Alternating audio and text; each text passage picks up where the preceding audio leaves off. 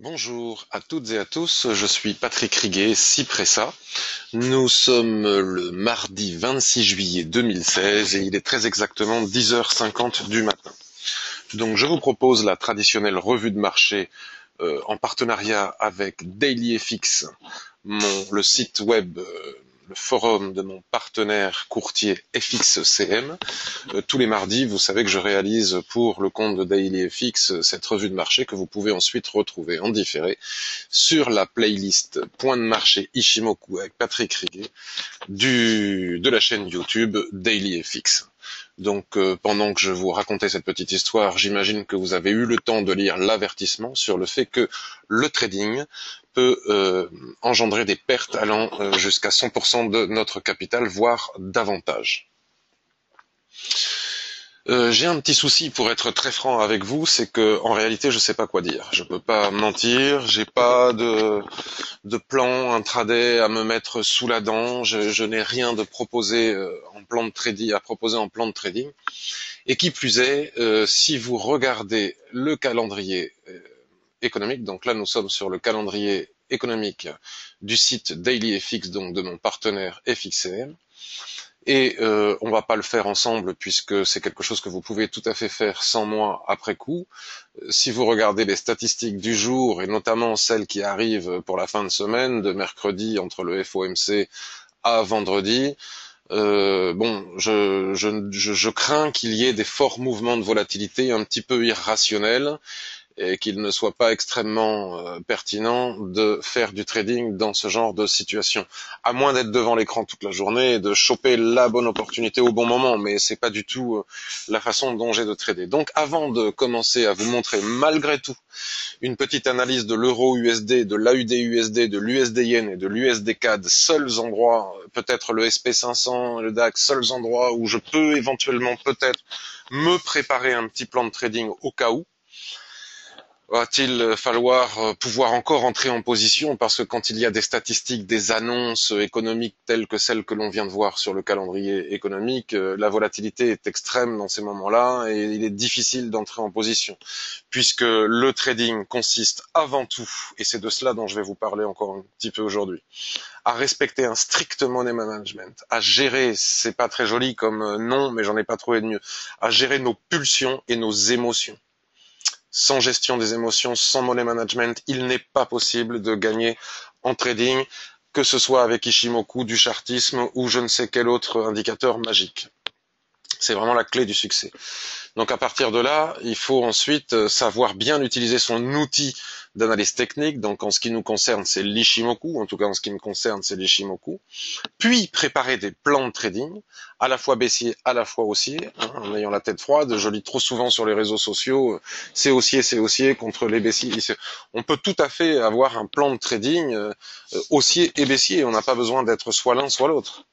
Et il suffit d'exécuter le plan au bon moment. Et pour exécuter le plan au bon moment, c'est une question de timing. Donc vous voyez, ça fait quand même pas mal de choses à gérer, les émotions et le money management, et à apprendre, faire des plans de trading avec notre outil d'analyse technique, et entrer en position, parce qu'il ne suffit pas d'avoir un plan de trading, faut-il encore savoir, et c'est certainement ce qu'il y a de plus compliqué, à quel moment entrer, où fixer le stop, comment fixer l'objectif. Et pour cela, notamment si vous avez suivi ma formation Ishimoku, vous savez exactement comment est-ce que j'entre en position et j'affine le timing en naviguant notamment sur les unités de temps inférieures. Puisque je ne fais plus que de l'intraday, mais c'est pareil si on fait du long terme ou du moyen terme. C'est différent si on fait du scalping. Donc plus le temps passe et moins je trade. Et moins je trade, plus je gagne de l'argent. Et les gens, ça provoque une certaine insatisfaction chez certaines personnes parce que beaucoup de gens qui suivent les webinaires comme celui que vous êtes en train de suivre au moment présent, ou je ne sais pas moi, les gens qui ont des connaissances sur les réseaux sociaux ou comme ça, ce qu'ils veulent c'est des plans de trading ou des opportunités de trading ici et maintenant. Ils veulent en découdre avec le marché.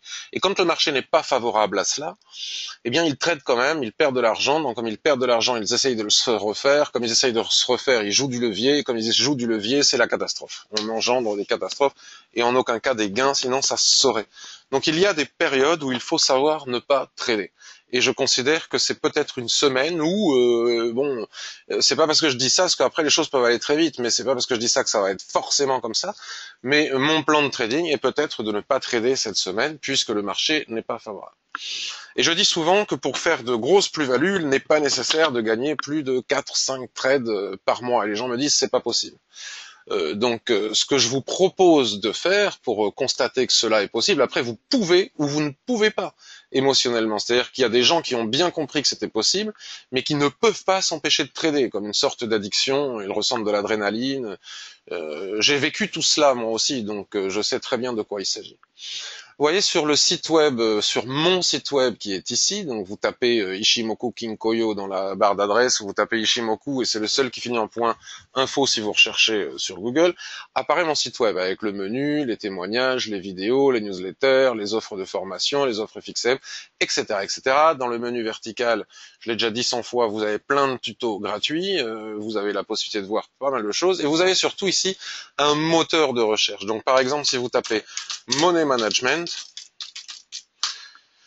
j'ai écrit des articles sur le money management qui devraient apparaître, les voici, et notamment celui-ci, Trading, le money management, la gestion du risque. Vous voyez, je me suis appliqué à faire un article, donc tout cela est en accès totalement gratuit, hein, avec 220 commentaires. La gestion de nos émotions, le money management, le pourcentage maximal de perte par trade. Donc je préconise de ne jamais risquer plus de 1% par trade et de ne jamais accepter de perdre plus de 2% par jour. Hein, si ça arrive, on arrête de trader. Et donc j'explique suite à ça que la quantité de pips, ça ne veut absolument rien dire, ça n'a aucun intérêt, la seule chose qui compte c'est le 1% de risque et le ratio de 2 pour 1. C'est-à-dire que si on accepte de perdre 1, il faut impérativement chercher à gagner 2. Donc on ne met pas un objectif au hasard, mais par rapport à des critères techniques. Je vous laisse lire le document. Le risque-rendement, hein, c'est le fameux ratio avec de nombreux exemples, etc., etc. Pourquoi est-ce que je vous dis ça? Parce que cela démontre que l'on peut gagner 4 ou 5 trades par mois et gagner beaucoup d'argent en intraday, quelle que soit la quantité de pips. On n'a pas besoin de gagner des milliers de pips, comme certains l'affichent sur Twitter, Facebook ou autres. On peut gagner 150 pips et gagner beaucoup d'argent. Ça n'a pas de relation, de rapport, puisqu'il s'agit de pourcentage. Donc imaginez, si vous risquez 1% de votre capital par trade et que vous n'acceptez pas d'entrer en position si vous ne pensez pas pouvoir gagner au moins 2%, c'est-à-dire le double. Si vous avez un stop de 10, vous devez gagner 20. Si vous avez un stop de 50, vous devez gagner 100. Et la quantité d'argent perdue et gagné, que ce soit 10 pips dans le premier cas ou que ce soit 100 pips dans le second cas, sera exactement la même, puisqu'il ne s'agit pas de gain par rapport aux pips, mais de gain par rapport au capital maximal de perte. Donc si vous risquez de 1%, vous devez gagner minimum 2%. Donc en suivi de tendance, quand on va chercher un objectif précis, il est difficile d'obtenir plus de 2%. Quand on laisse courir les positions en tendance, on peut obtenir beaucoup plus de 3-4%, donc augmenter le ratio. Mais moi, ça, je ne le fais pas, puisque je vais chercher des objectifs précis. Je ne laisse pas courir les positions en tendance. Quand on fait du trading range, par exemple, vous connaissez les méthodes de trading range, notamment si vous avez suivi ma formation. Par exemple, ici, sur cette étoile filante, enfin, il y a une mèche en dessous, donc on va dire sur cette étoile, cette toupie. Admettons qu'on entre en position au niveau de clôture ici, bon celui-là il est particulièrement confortable, hein, 0,7720, on met le stop au-dessus de la mèche 0,78, 0, ah oui c'est normal c'est des weekly, 0,77, 200 pips de stop, et on va chercher un objectif, admettons 0,67, donc de 1000 pips de gain, donc le ratio il est de 10 pour 1, vous voyez, de 5 pour 1, de 10 pour 1. Donc c'est vraiment extrêmement rentable de trader les ranges de cette façon-là.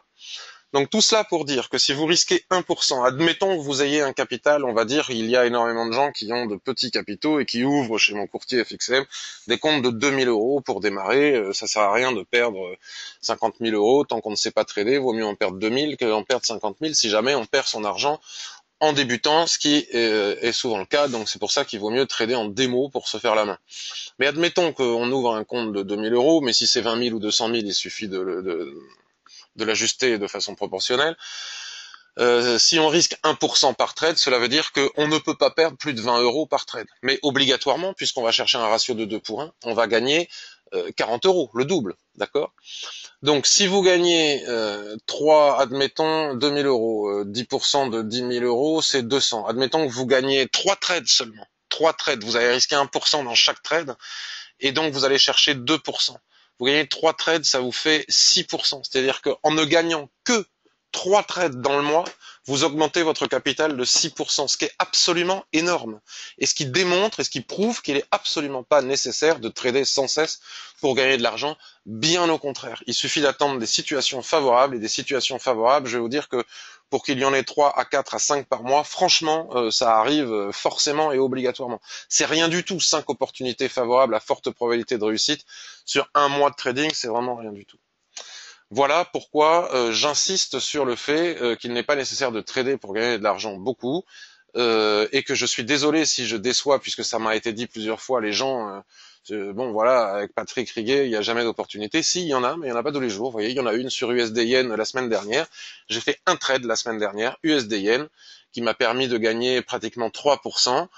Pourquoi voulez-vous que je me précipite maintenant qu'il n'y a pas d'opportunité très claire à mes yeux? On y verra plus clair la semaine prochaine lorsque toutes les annonces seront passées. Voilà. Ceci étant dit, pour expliquer cela, parce que c'est aussi ça le trading, et c'est pas simplement regarder trader tout azimut comme on le voit ailleurs, c'est aussi savoir reconnaître qu'il n'y a pas d'opportunité de trading immédiate. On va quand même parler de l'AUD-USD et d'autres paires comme je disais tout à l'heure. Sauf que l'AUD, si vous avez regardé le calendrier économique, il y a des annonces en rouge foncé sur les calendriers qui sont importantes et qui peuvent faire créer des mouvements de volatilité inverses à celui de notre plan de trading. C'est pourquoi j'insiste sur le fait que malgré ce que je vais dire ici, il n'est peut-être pas ultra pertinent de trader l'AUD en attendant que ces annonces passent. Donc ici, nous sommes sur un graphique hebdomadaire dans ce grand range. Je ne vais pas maintenant expliquer les ranges. Nous avions une phase tendancielle, on a un twist, donc forcément la paire rentre en range. Ça arrive dans 70% des cas. Et à l'intérieur de ce range, nous avons des supports et des résistances intermédiaires. Comme par exemple, ici et maintenant, les prix sont venus chercher ce niveau de résistance qu'il est facile à identifier puisque, vous voyez, ici c'était un support par le passé, puis si on défile plus loin dans l'historique, on verra que c'est un support qui tient pas mal de temps. C'était un support, il a cassé, inversion de polarité, il redevient une résistance, on va chercher ce niveau, hop hop, il redevient à nouveau une résistance ici. Donc je pense que si ce niveau casse en intraday, 0,7615 on va dire, il est fort probable qu'on puisse venir chercher 100 points, 0,7712. Bon, maintenant il faut que ça se produise le jour et pas la nuit. Avec la UD et les statistiques, ça peut se produire en pleine nuit. De la même manière que si on observe ici le plat qui joue, qui est ici, on constate il joue aussi son rôle de support résistance intermédiaire, peut-être un peu moins fort que le précédent, mais on peut néanmoins le marquer. Vous voyez, il suffit de tracer une ligne ici. Et nous avons deux plans de trading, c'est-à-dire qu'ici, en cas de cassure des 0,7530, on peut peut-être venir chercher les 0,76, 70 points, ce qui est très très bien en intraday. Et si on casse les 0,7615, on va dire, puisqu'il faut se méfier des chiffres ronds, on peut certainement aller chercher les 0,7721, bien évidemment en dehors des statistiques. Il ne faut pas faire ça quelques heures avant une statistique majeure. Donc, grâce à ce plan de trading, c'est pas la peine d'aller voir ce qui se passe sur le daily et ailleurs, puisque nous sommes en range, et quand nous sommes en range, on peut s'affranchir des lignes de l'Ishimoku. Donc vous voyez qu'ici, Shikuspan bute sur la SSB, le niveau que l'on a tracé sur le weekly, donc on va l'affiner, on va le mettre ici, tant qu'on ne casse pas ce niveau, vous voyez, ce qui fait résistance ici, tant qu'on ne casse pas ce niveau, c'est pas la peine d'envisager d'aller plus haut. Et si on casse ce niveau, je pense qu'on peut partir du bas du range pour retourner chercher les 0,76. Ceci dit, il y a quand même du bruit sur le graphique et c'est pas un trade à forte probabilité de réussite, c'est quand même plus facile quand il n'y a pas d'obstacle à droite et à gauche, parce que regardez ici, on a une résistance intermédiaire qui est la SSB du nuage et la Kijun. Donc peut-être qu'il sera plus pertinent d'attendre la cassure des 0,76 pour aller chercher les objectifs que nous avons là-haut, mais pour cela, il faut attendre les statistiques, d'autant plus que regardez, ici on a eu une fausse cassure, on avait cassé les 0,76 en force, et puis le marché n'a pas eu assez de force pour aller chercher l'objectif qui est ici. Donc vous voyez, les opportunités ne me semblent pas hyper claires. Peut-être qu'il faudrait attendre la cassure des 0,7653, mais il n'y aurait plus que 50 points à prendre. Ici. Là par contre, c'est jamais sûr, mais si on casse les 0,7656, la probabilité d'aller chercher les 0,7720 qui sont ici est très, très importante. Mais voilà, il y a peu d'espace, peu de points, c'est pas si évident que cela. Euro-USD. Donc Euro-USD, vous avez vu mon papier d'hier, donc je vais pas insister. La vidéo que j'ai publiée hier, hein, je vous l'ai envoyée par newsletter pour que vous l'ayez. Elle a été publiée sur le site de DailyFX. Elle y est toujours, et puis vous la retrouvez sur ma chaîne YouTube. Donc ça, c'est les seuils intermédiaires à l'intérieur de ce grand range weekly. Et depuis des lustres maintenant, on attend la cassure des 1,0950 pour aller chercher en premier lieu les 1,0785 et puis ensuite les 1,06 qui sont ici. Donc ça, c'est un plan qui risque de se déclencher très rapidement. Hein, c'est vraiment quelque chose que je surveille. Et là, on revient sur ce que j'expliquais au début. Lorsque l'on a un plan de trading, parfois il faut attendre plusieurs jours avant qu'il se déclenche. Parfois, il se déclenche dans les minutes après avoir fait le plan. Mais l'important n'est pas de savoir quand il va c'est d'être prêt. C'est à partir du moment où on a le plan et il suffit d'attendre. Il n'y a aucune raison d'être impatient. Donc je reviens pas en détail sur l'analyse de l'euro USD puisque nous l'avons étudié hier, avant-hier, etc. Donc je disais déjà hier dans la vidéo dire que vendredi ici on a eu une opportunité intraday, l'objectif a été réalisé, qui consistait à entrer en position à la cassure des 1,0985 pour venir chercher les 1,0955, 50, c'est tout à fait ce qu'on a fait, hein. Enfin ce qu'il était possible de faire vendredi mais que je n'ai pas fait pour les raisons expliquées sur la vidéo d'hier. Ici, je pense qu'il ne faut pas vraiment tenir compte de ce type de ligne de tendance, puisque ce qui importe ici, comme je l'expliquais concrètement dans la vidéo d'hier encore, c'est le range, hein. Donc il n'est pas impossible qu'on fasse maintenant un range. Vous voyez, c'est ce que je vous disais. Si jamais on reprend à la hausse les 1,0985 qui était le support qu'il a fallu déclencher, casser pour atteindre les 1,0950, si on le reprend à la hausse, la probabilité de faire du range entre 1,1045 et 1,0950 est très forte.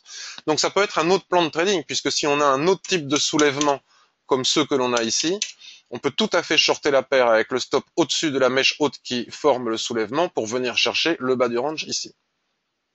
Et si on revient ici avec un ressaut, comme j'expliquais aussi dans la revue de marché la semaine dernière, c'est pareil, on peut toujours acheter avec augmentation de volume, etc., etc. On peut toujours acheter pour vendre, avec le stop sous la mèche pour atteindre le haut du range. Donc là, c'est un plan de trading range qui est tout à fait effectif. On me demandait hier sur mon forum, parce que j'explique souvent comment est-ce que j'utilise le directional real volume. Donc là, je vois ici et maintenant qu'il y a une indication. Regardez, en rouge ici, ça c'est tous les traders de FXCM de par le monde. FXCM est un broker pour particuliers majoritairement, et nous savons que la plupart des particuliers, nous sommes toujours à sens inverse. C'est pour ça qu'on perd beaucoup de notre argent. Donc regardez, ici nous avons massivement des particuliers qui vendent, et la paire monte. Donc en général, quand vous voyez sur des seuils clés, je dis bien sur des seuils clés, pas au milieu de n'importe quoi comme en ce moment. Bon, la Kijun n'est pas n'importe quoi pour autant dans cette petite tendance. Quand vous voyez que la majorité des traders sont à la vente et que parallèlement nous avons une augmentation des volumes réels, bah, très souvent le marché part dans le sens inverse. Donc par exemple ici, si on fait un ressaut sur la borne basse du range et que vous voyez que la grande majorité des traders particuliers de chez FXM passe à la vente et qu'il y a une forte augmentation de volume, la probabilité est forte pour que l'on puisse acheter, mettre le stop sous la mèche, réussir notre trade en haut et gagner contre la masse de particuliers. Bon, j'ai expliqué cela déjà plusieurs fois, mais comme on le demandait concrètement sur mon forum, j'espère que cette toute petite explication permet d'en savoir un petit peu plus sur le directional real volume, qui est un superbe outil contrarien. On a aussi le SSI chez FXM. Donc AUD-USD, on en a parlé. Pour le moment, bien trading range entre ces deux bornes. Et si ça casse ici, après pullback, comme je le dis depuis plusieurs semaines, on va chercher les zones intermédiaires. Donc là, j'ai gros plan de trading sur l'euro-USD. Il me suffit d'être patient. GBP-USD, ben j'en parle pas, c'est volatile, le Brexit, ceci, cela. Pour le moment, je vais m'abstenir d'en parler. USD-Yen. Alors USD-Yen, j'ai remarqué qu'il y avait peut-être aussi un plan à surveiller. Nous sommes baissiers comme ça sur le daily, mais si on regarde à long terme, la paire, selon moi, reste extrêmement haussière. Il ne faut pas se mettre contre la BOJ qui, tôt ou tard, si la paire venait à trop baisser, va relancer de façon à faire baisser l'yen. Donc moi, je préfère des achats comme celui qu'on a fait la semaine dernière. Et ici, en intraday, regardez, ce niveau est un support correspondant au plat SSA qui est ici. Puis on voit bien que c'est un support au niveau des prix. Donc si on casse ce niveau de support en intraday à 103,80, il est possible que l'on vienne chercher les 103,20. Donc il suffit de tracer les deux droites comme ça. Mince, elle n'a pas prise. Elle n'a pas pris, pardon. Voilà. Ensuite, on bascule sur des unités de temps inférieures, H4. Oui. Et c'est ce morceau de nuage. Donc si on casse ce niveau, on peut probablement venir chercher, pour plus de sécurité, on pourra fixer l'objectif ici et trader ce petit passage. Mais enfin, encore une fois, c'est pas super net et clair et précis. Voilà, tendance baissière. Si on casse ce niveau, après pullback, parce que la Kijun est quand même restée haute, après pullback, venir chercher ce niveau des 103,25. C'est une possibilité. Mais je préfère continuer à trader entre les SSB du mensuel, comme je l'expliquais la semaine dernière. USD CAD. Alors j'avais dit sur ma vidéo hier Euro USD que je parlerais de l'USD CAD. On a Sébastien sur Twitter, Sébastien Campion, qui a un superbe site consacré à l'Ishimoku et que je vous invite à découvrir. Alors, où est-ce qu'il est? On va rechercher sur Twitter. Je vais vous montrer Sébastien Campion sur Twitter. Tac. Je vous montre. Voilà. Vous pouvez taper Sébastien Campion comme ça dans votre moteur de recherche de Twitter et vous tomberez sur son site web, etc. Et sur mon site, dans les liens, il y a aussi un lien sur le site de Sébastien, qui est aussi un spécialiste de l'Ishimoku, qui trade avec l'Ishimoku. Il m'a montré sur USD-CAD hier la superbe tendance H1 que l'on a sur l'USD-CAD, qui est vraiment magnifique, avec la Kijun qui soutient les prix, le nuage parfaitement bien orienté. Et je lui disais hier, oui, mais attention, parce que parfois une tendance est inscrite dans un range. Et j'observais, alors peut-être que c'était en daily, j'observais, voilà, ce range ici, tac, voilà, et je disais à Sébastien, attention, parce que la tendance H1 est la tendance qui conduit du bas du range jusqu'en haut du range. Il faut toujours se méfier quand on arrive en haut du range de ne pas prendre des positions sur repli sur la tendance H1 que tu nous montres, parce qu'on ne sait pas si ça va casser. Et lui, il était très optimiste et il me montrait d'autres graphiques. Vous voyez, on voit bien que c'est une résistance. Il était très optimiste et il avait raison. Et j'avais tort. Donc sur l'USD-CAD, il me disait, Sébastien, que si on venait à casser ce niveau, qui est un niveau de Tenkan qu'on voit pas ici, parce que j'ai tracé une grande ligne droite, mais on va là, tac, et tous les chemins mènent à Rome. Hein. Si on cassait la Tenkan ici, en intraday, que la probabilité d'aller chercher la SSB du weekly ici à 1,33 était très important. Et un autre copain en parlait aussi sur Twitter, et ils avaient raison. C'est-à-dire que moi, je n'entrais pas en position hier parce qu'on était en haut de la borne haute du fameux range dont je vous ai parlé, mais si on était déjà en position, ils avaient raison de laisser courir. Donc, peut-être que nous avons donc un objectif pour aller chercher les 1,33, et nous sommes à 1,32, donc c'est pas mal. Donc là, les prix ont cassé, en tout cas en H4, hein, ils ont cassé la borne haute du range daily. Voyons voir s'ils ont cassé hier ou si c'est aujourd'hui. Voilà, hier on a cassé avec ce Marubozu. Alors, il n'est pas accompagné de fort volume ce Marubozu. Il faut toujours faire attention parce que les Marubozu non accompagnés de volume peuvent être des Marubozu de fin de tendance. Mais enfin là, je pense que les 1,33 sont quelque chose de possible, tout en faisant très attention puisque le dollar canadien c'est du pétrole. Le pétrole ça réagit très violemment à tout événement géopolitique. Donc il faut quand même faire très attention quand on traite du pétrole. Hein. C'est volatile et l'analyse technique est limitée par tout ce qui peut se passer de façon géopolitique. Donc là maintenant, je pense qu'il est nécessaire d'attendre un pullback sur la Kijun hein, ou sur la borne haute de l'ancien range ici pour s'appuyer dessus et éventuellement aller chercher les 1,33. Donc là, on a aussi un joli plan de trading. Si on bascule sur le H1, voilà. Est-ce que c'est suffisant de prendre appui ici? Franchement, je ne sais pas. Avec cette étoile du matin, là, ça donnait envie. Mais enfin, vous voyez, là, on dessine quand même des chandeliers de retournement. C'est pas clair. Soit on attend la cassure des 1,32 et quelques, là, au-dessus des plus hauts sur le H1.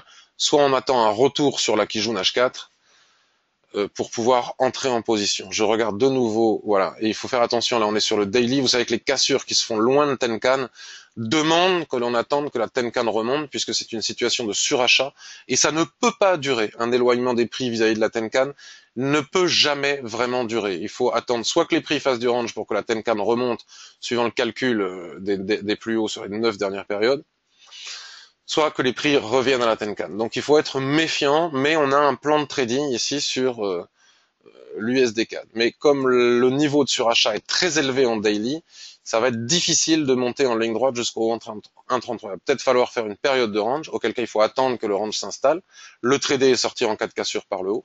En tout cas, ça peut faire partie des plans de trading pour les jours à venir.